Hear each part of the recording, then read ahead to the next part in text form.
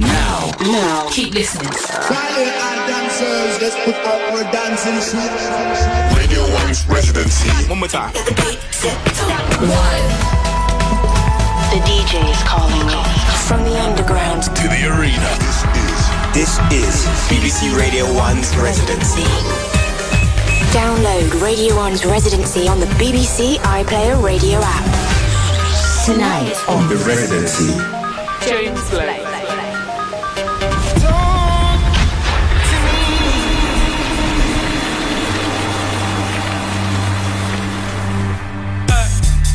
Yeah, it goes like this right here. It's like, I'll always be hollering peace, you know what I'm saying? Peace, my brother, peace this, peace that, you know what I'm saying? But every time I try to get a peace of mind, try to get a peace of mind, so I gotta grab my peace. It's the return of the gangster. That's on that blow that run up in your crib, which contains your lady and an 8-month-old child to raise. Plus you true blue about this music, but they do not want to hear because they'd rather be bouncing and shooting and killing and bouncing and shit. Get down. Return of the gangster. Them that think y'all something, say y'all be gospel rapping, but they be steady clapping when you talk about and switching to clothes and weed. Let's talk about time traveling, rhyme javelin, something mind unraveling. Get down. Return of the gangster.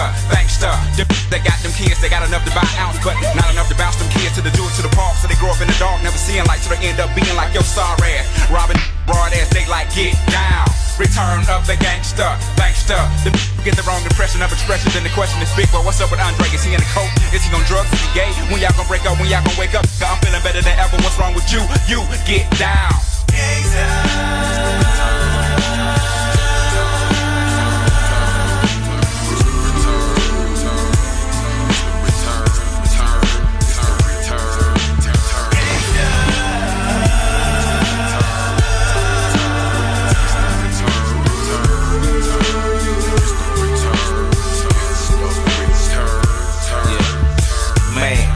Don't want no trouble.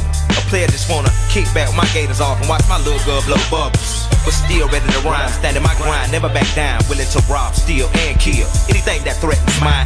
But good luck couldn't be bought, see. Many fights had to be fought, G. For to ride these Vogues, oh so close to the sidewalk, to be golfed at. Watch your side, my cause we got gas. The first the buck is gonna be the first, but we attack. You don't want that, but it comes though. Most of the time when you don't know. Sticking together like flour and water to make that slow dough. We work both. Everything we have ain't gon' stick up for each other like we brothers from another mother. Kinda like Mel Gibson and Danny Glover. Strictly for the caddy lovers. And never the nut hugging pump. Yeah, so quit spreading them rumors. We in Club Nouveau. Know that. Yeah.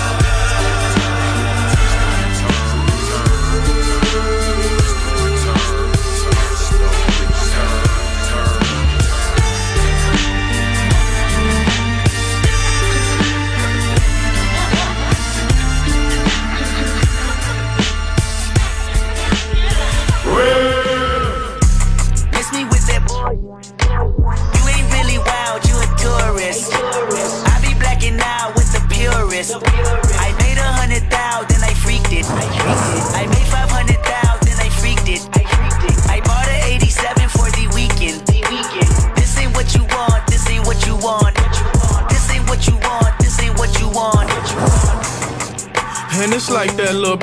MVP, I don't get no sleep, no, I don't like that look. Bust that open, I want that ocean, yeah, that bite back look. Do it, bite back look. Need 2 life jackets look. I ain't gon' hold you, I ain't gon' pressure, never control you. I ain't gon' front you, keep it 100, I don't know you. Boss like Top Dog, boss my life up, crossing over. Started stepping, got a Hall of Fame and on my poster. I I've been ready, my whip been ready, my been ready, my click been ready, my been ready, my checks been ready, my shots on full, that's Armageddon. I got pull, I hope y'all ready, my tank on full, you know unleaded. I gotta go get it, I gotta go get it, I gotta go get it, I gotta go get it. My name gon' hold up, my team gon' hold up, my name gon' hold up, my team gon' hold up, my shots gon' fire, my team gon' roll up, Menage twice, my queen gon' roll up. I hope y'all ready, you know I'm ready, I rain all day, you know confetti. I gotta go get it, I gotta go get it, I gotta go get it, I gotta go get it. Miss me with that boy. You're not a gang member, you're a tourist. Hey, tourist. I be blacking out, I be blacking out. Bought a 83 Cutlass for the weekend. For the weekend. I got 100,000 and I freaked it. Then I freaked it. I made 500,000 and I freaked it. Then I freaked it. I put a Rolls Royce on my wrist, oh yeah. Cause baby mama try and sneak this. I took her to my penthouse and I freaked it. Then I freaked it. I haven't made my mind up, should I keep it? Should I keep it? I got big dog status, it ain't no secret. La-di-da-di-da, slime on me. Pass me some, me in the car. La-di-da-di-da, on the pillow. GD bang, murder everything.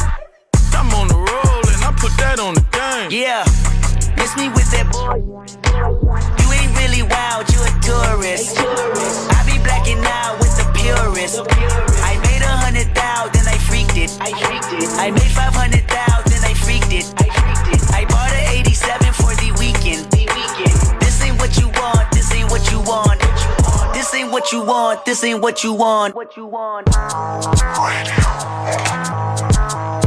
Hello, I'm back on BBC Radio 1. This is James Blake, and you're listening to my show. We've been away for a year, and we are in 2018, and just, pretend I was always here, and I'm broadcasting from LA just for this one show, and then next month we'll be in London. I'm joined today by Moses Sumney, a friend of mine, who I'm going to be interviewing as if we weren't friends. So just, if you could just pretend that you haven't already told me everything I'm about to ask you. Literally didn't know we were friends until just this moment. It feels like a milestone. Yeah, that makes a lot of things make sense, actually. Yeah.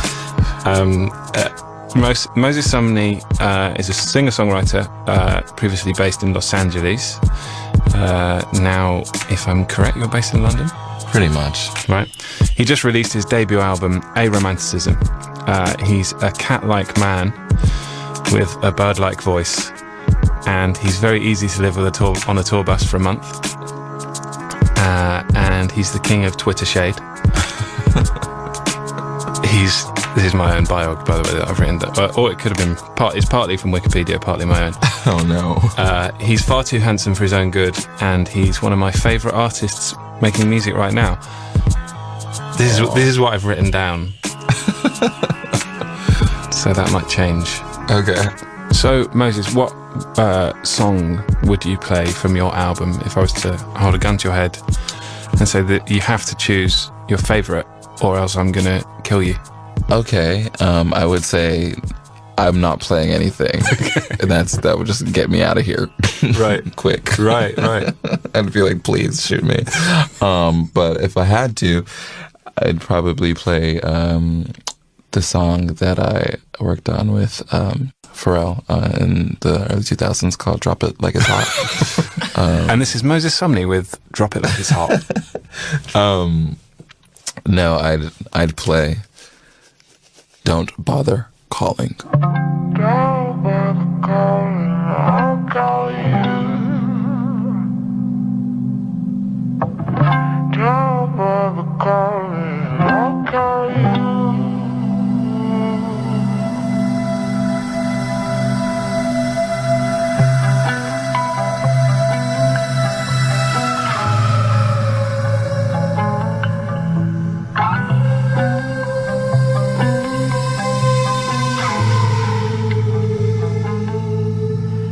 I'm not a body, the body is but a shell.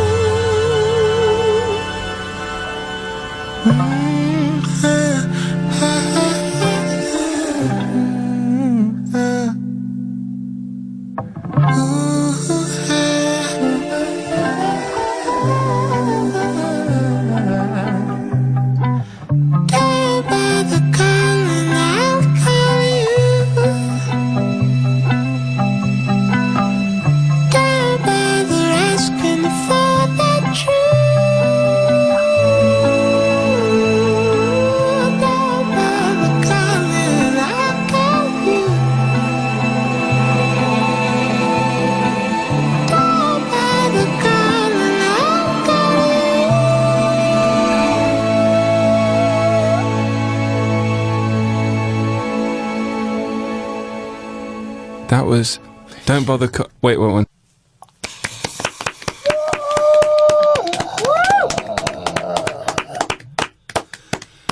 That was Retrograde by James Blake. Yes. Is there anything you've been listening to recently that makes you happy? Oh, yes. Hiroshi Yoshimura. Do you know him? No. Yeah, he's this Japanese producer, composer, and he has this album from 1986 called Green, which is so beautiful. It's all really minimalist instrumental pieces. It's like very organic electronic music. It's very simplistic, so don't judge me. And so this song is called Blink, and it's by Hiroshi Yoshimura.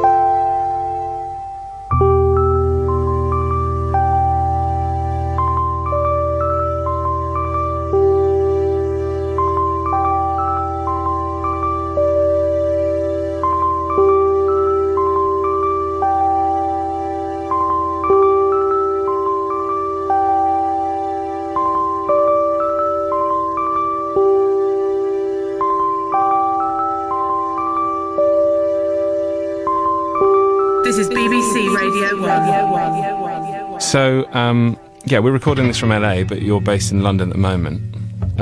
Why London? I just love the energy there. I'm obsessed with the public transportation, the tube, right, and the bus. I love going to the top of the bus and sitting at the front. You can't really take the bus in LA.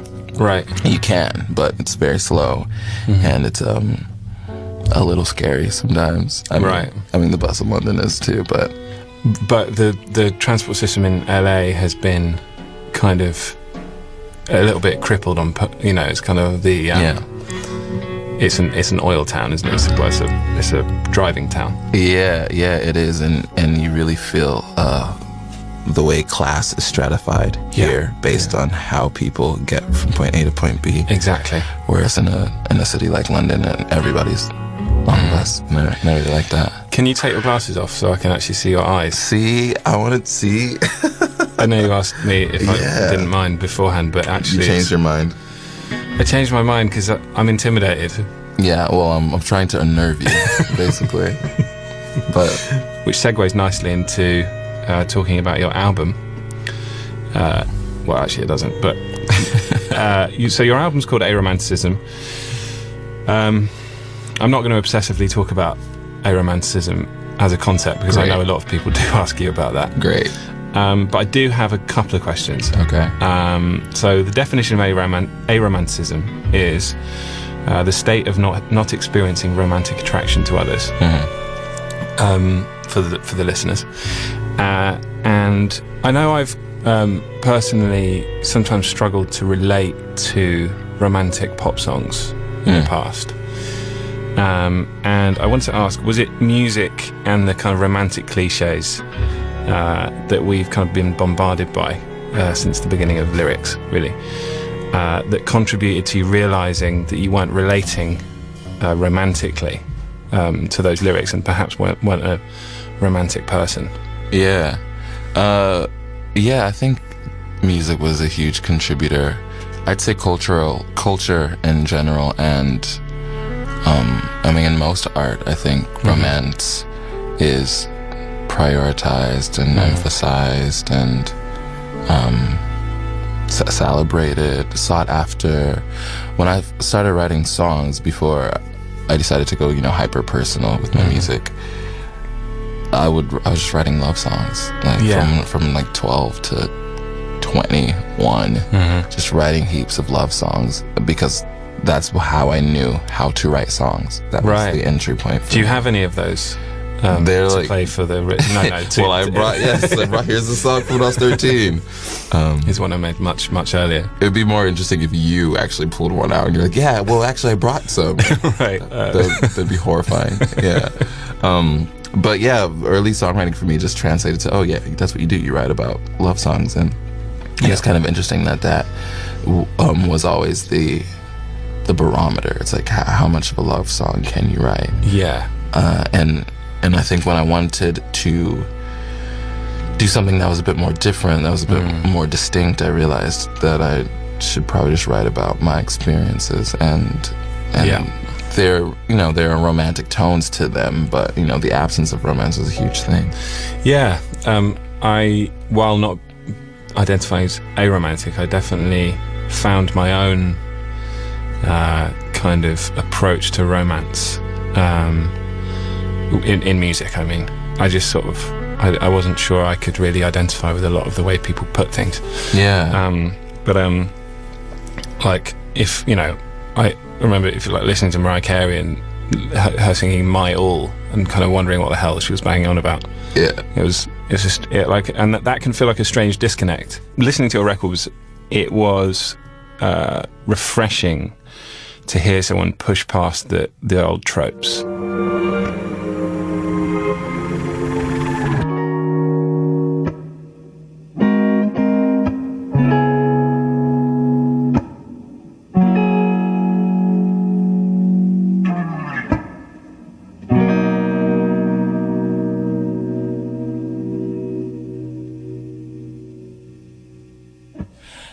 I know what it is to be broken and be bold. Tell you that my silver is gold, though we're much too old for make-believe.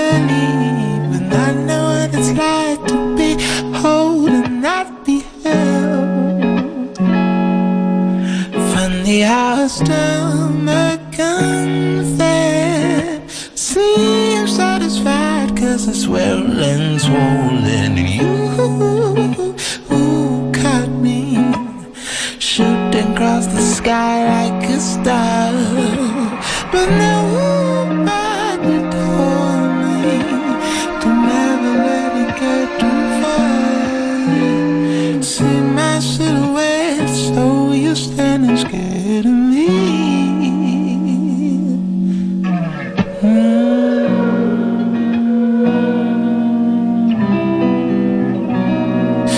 Can I tell you a secret?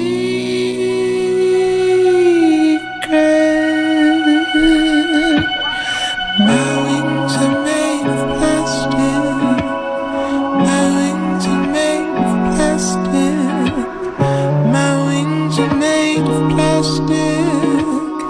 My wings are made of plastic. Oh, my wings are made of plastic.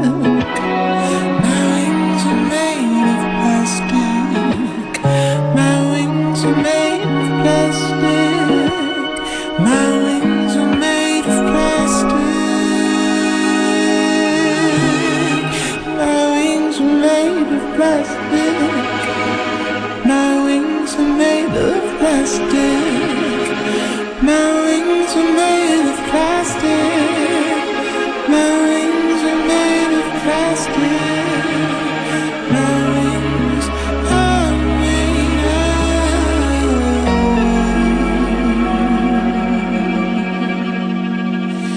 And so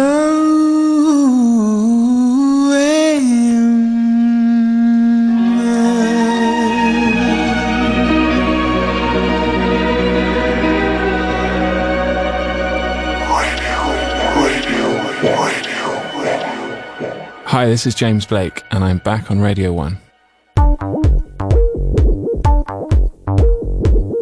Last question about aromanticism. Once you declare yourself aromantic, do you feel that people try harder to make you engage romantically? Do they see it as like a challenge?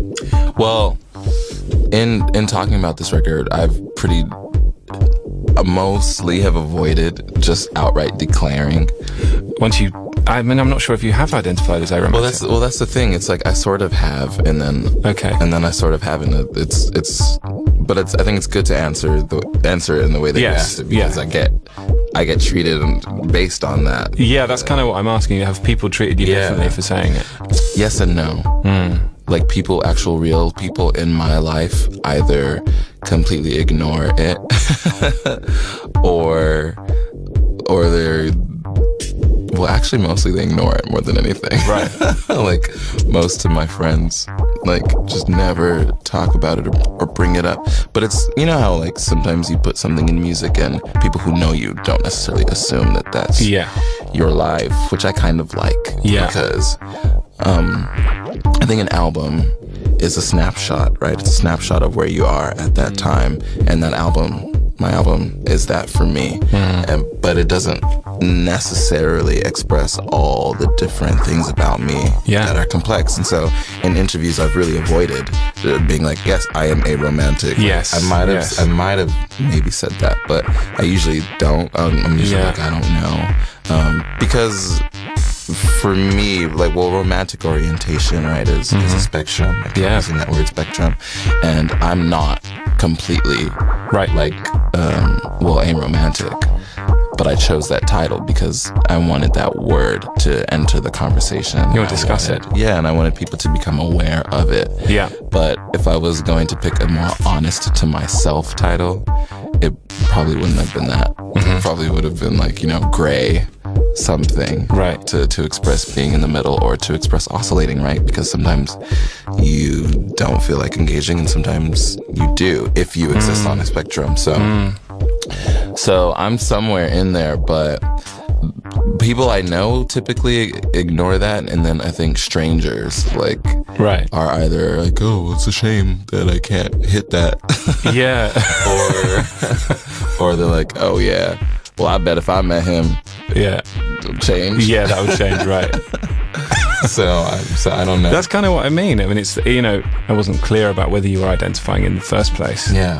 I think the assumption is that maybe the assumption some people make is that you do because that's the album title. Yeah. And it's your debut album. And that's fair because I brought that on myself. Perhaps, but that's also good to hear. But also, I would be really bored if people didn't try to engage with me romantically. Of course. I'd be so bored. So it's fine. Yeah.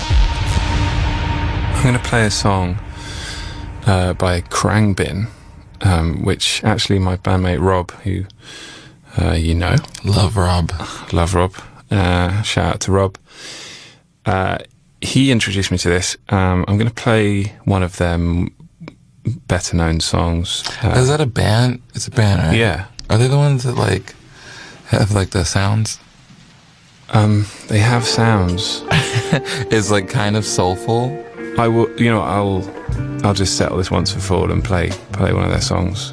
This is called White Gloves by Krangbin. Hopefully I've said that right.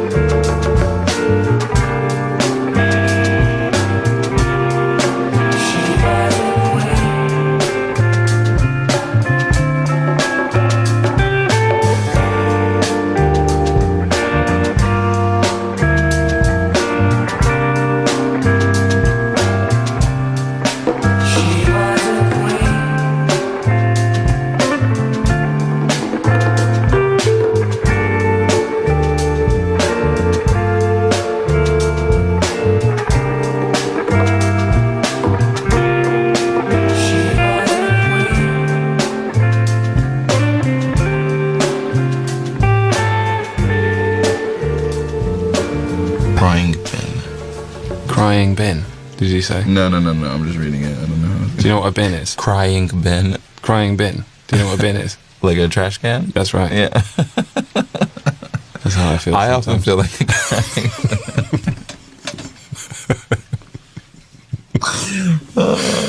We're the same.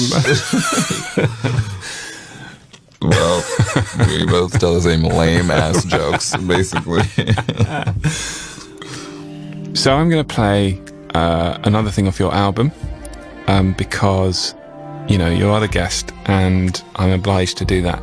No, it's because I love this. The producers are forcing you. Yeah, it's because I love this record and I'm just thinking, what else would I actually like to play for? I think maybe Make Out in My Car. one of my favourite tracks off this record. This is Make Out in My Car by Moses Sami. I'm not trying to go to bed with you. I just wanna make out in my car.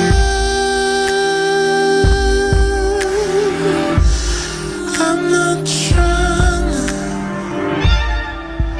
go to bed with you. I just wanna make out in my car. I'm not trying to go to bed with you. I just wanna make out in my car. I'm not trying to go to bed with you. I just wanna make out in my car.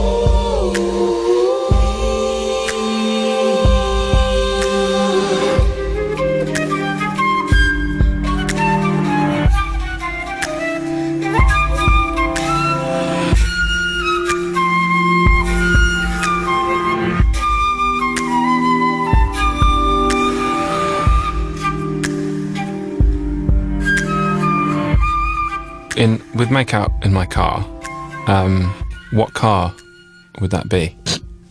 Well, it would be a Honda Civic, and I'm just I'm proud to say you're a little bit big for a Honda Civic. No, because you pull the seat back. Right, so this is prepared. This is it's a prepared Honda Civic. So someone gets in your car, they see that you've put the seat back. They know what's going to happen. They know what's going down, basically. But I'm very proud to say it would be a Honda Civic, because you're a car person, right? And I'm very ignorant about cars, and I'm very basic. Well, you've embarrassed yourself completely. So I'm actually not proud. No, I take it back. I'm embarrassed. No, Honda Civic's respectable car. Have you ever been in a Honda Civic? I have, yeah. Wow. Yeah. Wow. Yeah. I went and saw you live in LA, and it was honestly one of the best gigs I've ever been to. So I'd love to just tell you that for a start. Thank you. And considering that, do you have any aspiration to make a live album, or using the kind of setup that you use on the stage, to kind of create a record, or in the way that maybe Radiohead would, kind of like live instrumentation in the studio? No, yeah, definitely. And I should say it on the record, so I'm held to it, but I want to put out a live album after every studio album. Oh. Yeah, that's the plan. That's very 70s of you. Yeah, right. Throwback. Right, okay. Well, I'm really into, did you ever listen to Jill Scott's live albums? No. She has, I don't know, at least 2, maybe 3. And I'm a big fan of the live album. Of course, there's the live in the basement thing that Radiohead did after Rainbows. I want to do a live album after every record. I think one thing a live album can do is force you into committing to vocal takes or performance takes that you might choose otherwise if you were in the studio, and you might sort of be clinical with. And do you listen to your live performances? Occasionally, if I'm trying to finally get them right. I mean, when we start, putting together our live show, we have a habit of not practicing enough to make it so rehearsed that it becomes dull. Yeah.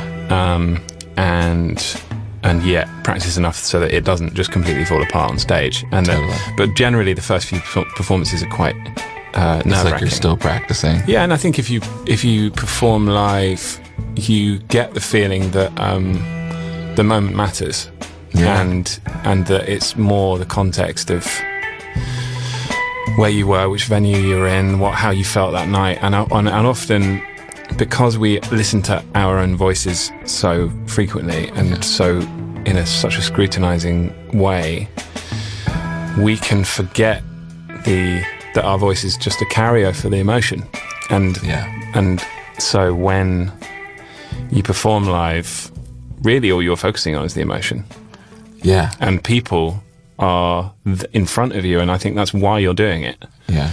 And so the studio can lose something that is not always quantifiable, I think.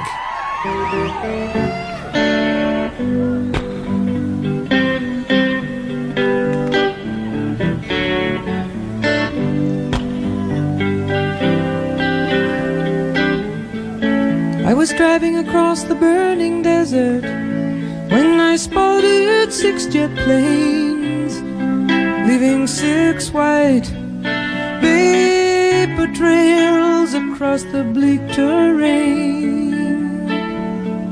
It was the hexagram of the heavens, the strings of this guitar.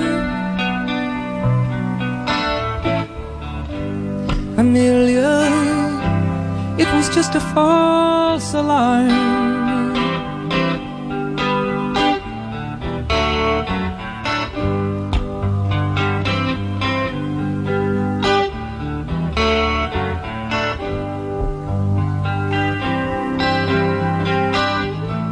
The drone of flying engines is a song so wild and blue. It scrambles time and seasons if it gets through to you. Then your life becomes a travelogue, a picture postcard charms. Amelia, it was just a false alarm.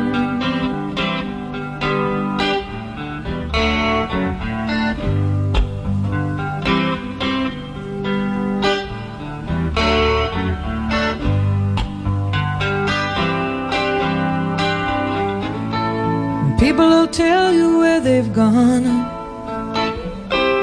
they'll tell you where to go, but till you get there yourself, you never really know.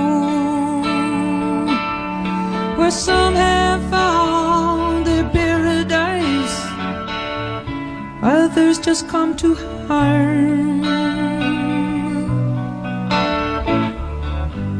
Amelia, it was just a false alarm.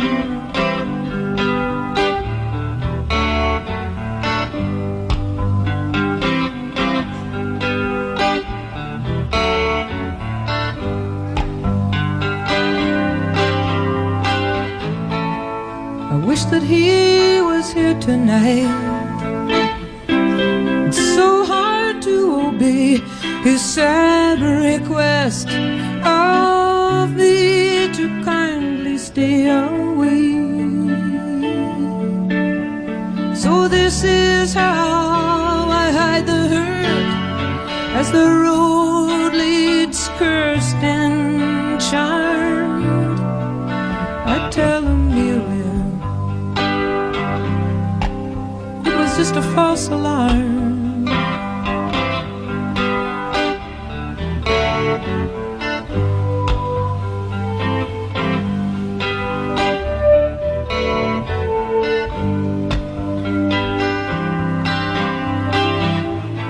Ghost of aviation, she was swallowed by the sky or by the sea. Like me, she had a dream to fly, like Icarus ascending on beautiful foolish arms. Amelia, it was just a false alarm.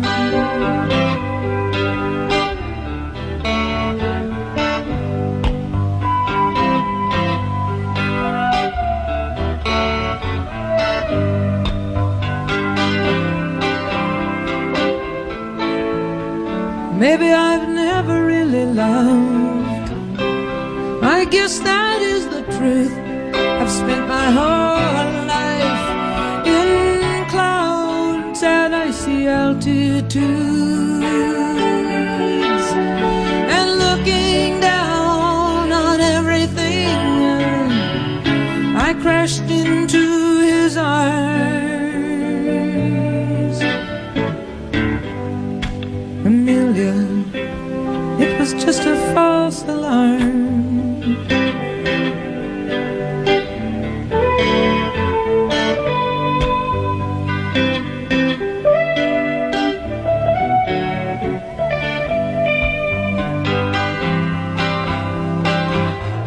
I pulled into the Cactus Tree Motel to shower off the dust, and I slept on the strange pillows of my wanderlust.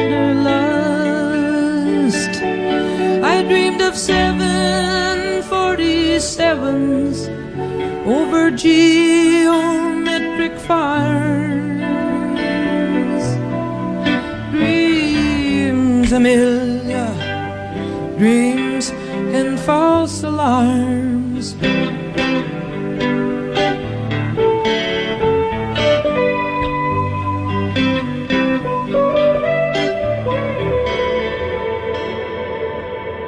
I don't think people are aware necessarily of how involved you are in every aspect of what you do. And from what I know, you produced the record, and you travelled halfway across the world to mix it, using the person that you very specifically wanted to mix the record. And you oversee every aspect of the videos. You're overseeing your image and your just the quality control in general, the most of the A&Ring, and it seems like you were in complete control of the album, the track list, the way it was presented, the everything really. So I guess that's not a question, but maybe the question is, do you get tired? Do you need a cuddle? Don't touch me. I do. I do get tired, but I don't know. It's interesting. I don't know. I couldn't possibly work any other way. It matters so much to me, and I think that especially when you're a first name, last name artist, everything is so deeply tied to you. Everything is a reflection. I can't just like leave my band or change my project name and move on. It really feels like my life. Well, it is existential, isn't it? To move on from your own first name and second name is how can you? Is existential. Yeah. Do you find that when you decided to kind of come out in front and be your own name, because a lot of people don't, and a lot of people get to move on, because of that, and they get to unattach themselves from their failures.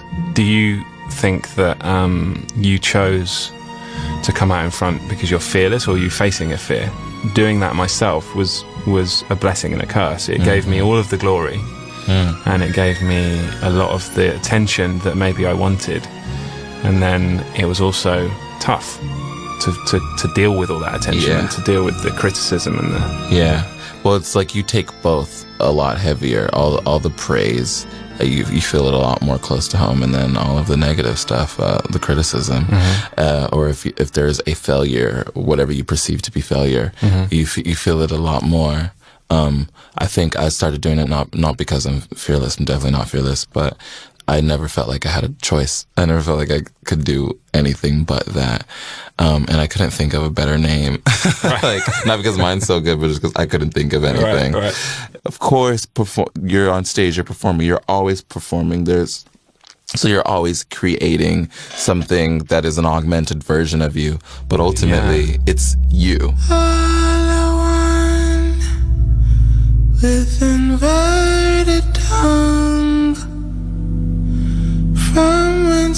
fulfillment come,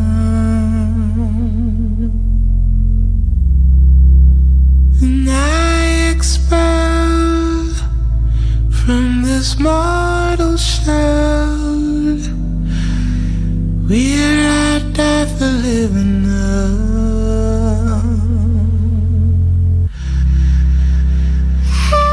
Am I vital if not as I do, and I do?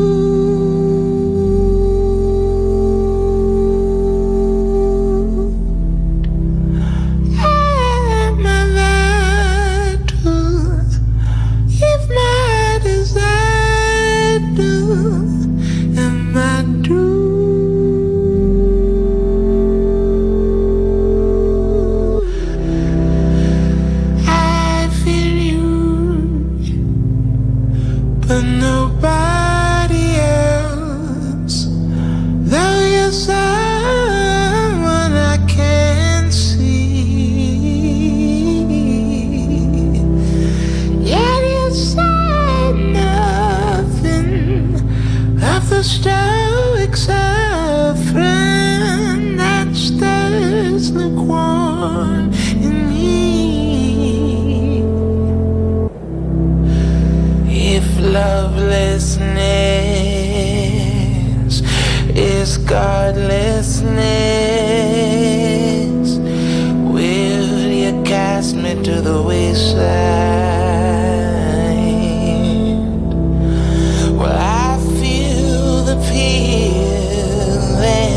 Of high-painted ceilings reveal the covering of a blank sky.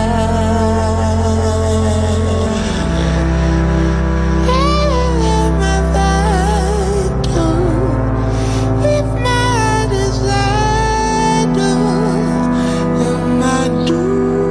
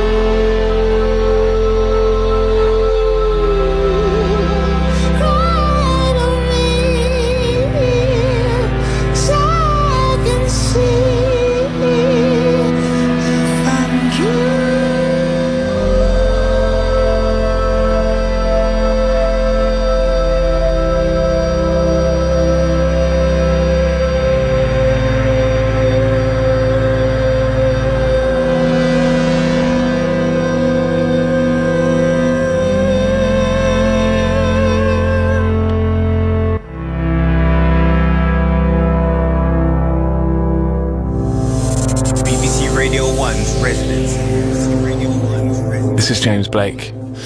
I'm actually recording this one from LA because I wasn't able to get back in time, and then I'll be going on tour. So I'm going to play something now from Ryuichi Sakamoto, and we have a One-O-Tricks Point Never remix of Andata.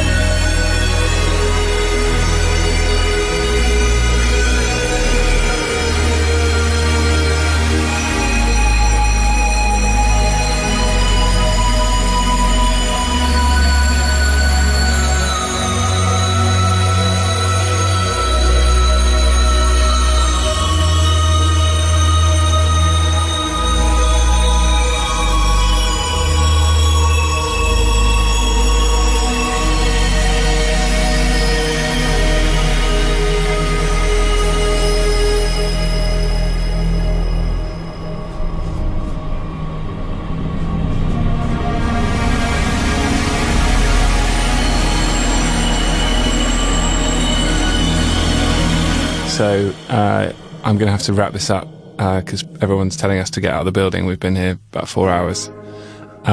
Thank you so much for coming on the show and answering my questions and playing us your music and some other great music. And yeah, it's been a pleasure. Thank you. Thank you so much for having me. It's truly an honor.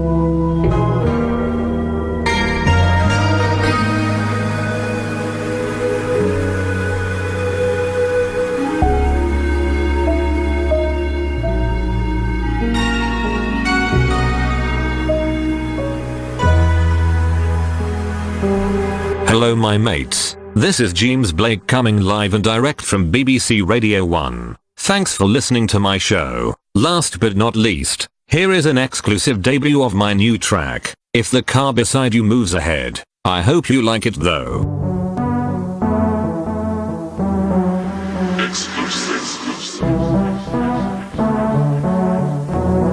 Radio 1.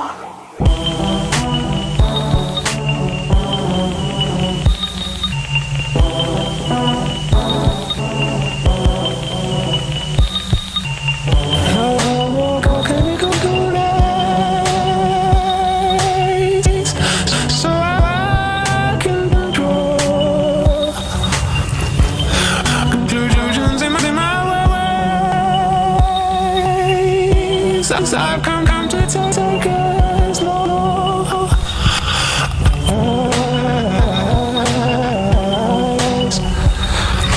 You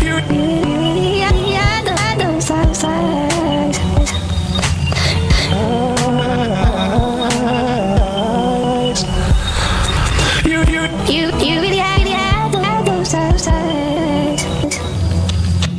If the car beside you, maybe you move.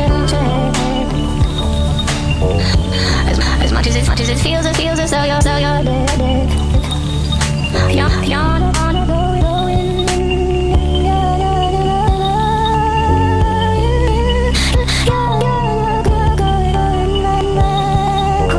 If the car beside you, maybe you move. As much as it feels as though you're dead. You're on going.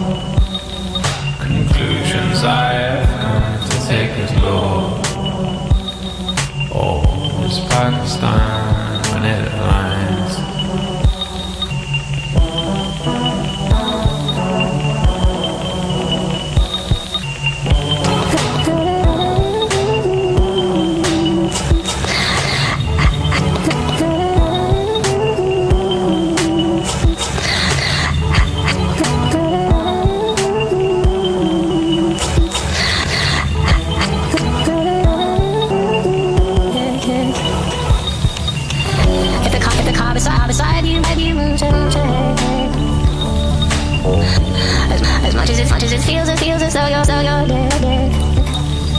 You're on going.